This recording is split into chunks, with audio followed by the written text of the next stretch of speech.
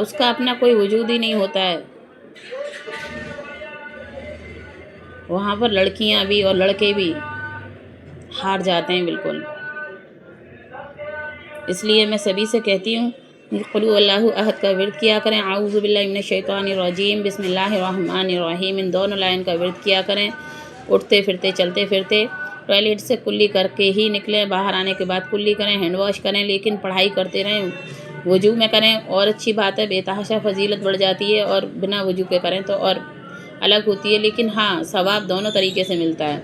اور اس میں اگر درود ابراہیم آگے پیچھے لگا لیں 1 بار 2 بار 3 بار جتنی آپ کو فرصت ہو، تو اس کا اور زیادہ اجر دیتا ہے اللہ تعالیٰ. اور دیکھیے تھوڑا سا اذان کے بارے میں بتاتی ہوں. حضرت ابو ہریرہ رضی اللہ عنہ سے روایت ہے کہ ہم نے رسول اللہ صلی اللہ تعالیٰ علیہ وسلم کے ساتھ تھے. حضرت بلال رضی اللہ عنہ اذان دینے کے لیے کھڑے ہوئے. جب اذان دے چکے تو رسول اللہ صلی اللہ تعالیٰ علیہ وسلم نے ارشاد فرمایا، جو شخص یقین کے ساتھ ان جیسے کلمات کہتا ہے جو مؤذن نے اذان میں کہے، وہ جنت میں داخل ہوگا.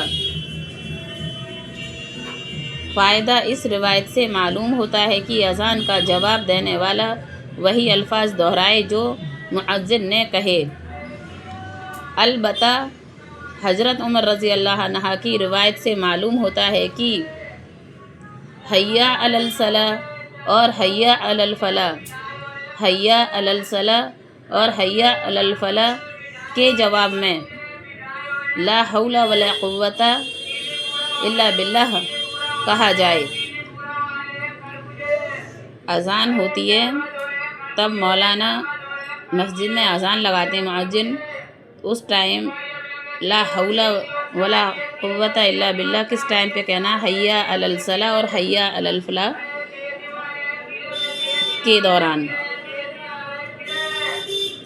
حیا علی الفلاح حیا علی الصلاۃ جب مؤذن بولیں تو اس ٹائم آپ کو کیا بولنا ہے؟ لا حول ولا قوت الا باللہ. لا حول ولا قوت الا باللہ جنت کی کنجی ہے. جیسے آپ کے گھر کی چابی ہوتی ہے، کنجی بولتے ہیں کیز کو، چابی کو. تو آپ کے پاس چابی ہوتی ہے، آپ تالا کھولتے ہو، گھر میں داخل ہو جاتے ہو.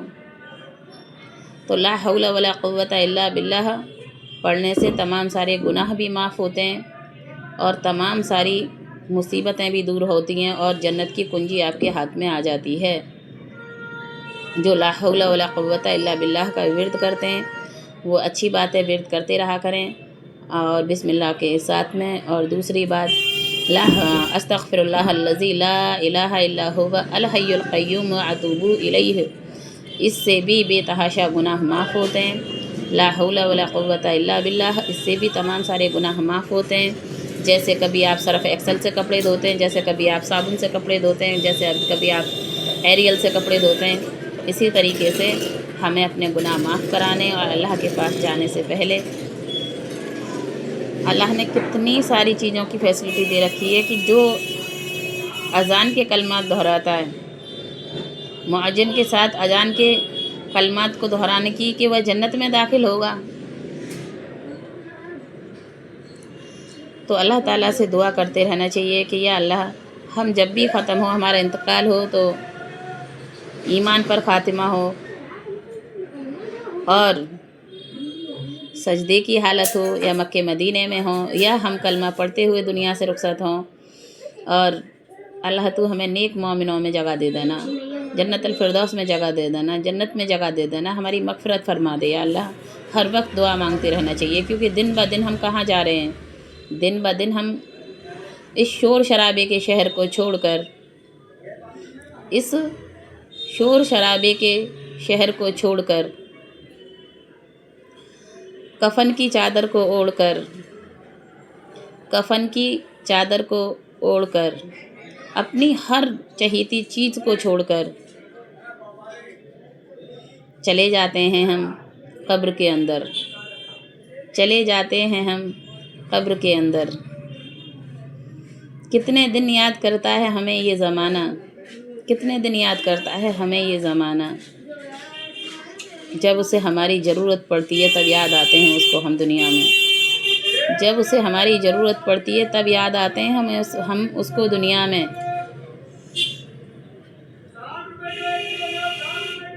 ورنہ سب دنیا کی بھاگ دوڑ میں مبتلا ہو جاتے ہیں، دنیا کے دھندوں میں مبتلا ہو جاتے ہیں۔ قبر کے اندر ہمارے ساتھ کیا ہو رہا ہے کیا نہیں ہو رہا ہے یہ تو ہم اپنی جان پر اٹھاتے ہیں نا، سب اکیلی جان کے اوپر اپنی کے، کوئی بھی ہمارا شریک نہیں ہوتا۔ جو دنیا میں اعمال نامہ کر جاتے ہیں ہم اونلی وہی ہمارے ساتھ جاتا ہے، ہمارا عضو بھی ہمارا جسم بھی ہمارے اندر سے نکال کے ہمیں الگ کھڑا کر دیتا ہے۔ میں اللہ کے واسطے سبھی سے کہنا چاہتی ہوں کہ نماز کو قائم کیا کرو، گھر میں اگر کام زیادہ ہے تو گھر میں منہ زبانی پڑھائی کرتے رہا کرو، چاہے وہ بسم اللہ الرحمن الرحیم ہی کیوں نہ ہو، اعوذ باللہ من الشیطان الرجیم ہی کیوں نہ ہو، بسم اللہ الرحمن الرحیم ہی کیوں نہ ہو، لا الہ الا اللہ محمد رسول اللہ ہی کیوں نہ ہو۔